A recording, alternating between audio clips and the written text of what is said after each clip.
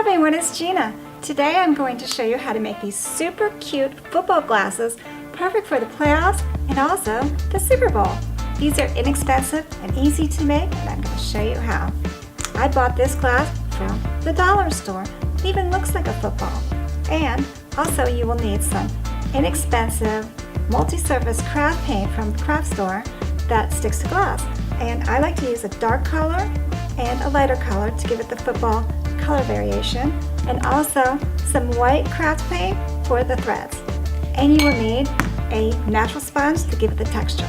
And that's it.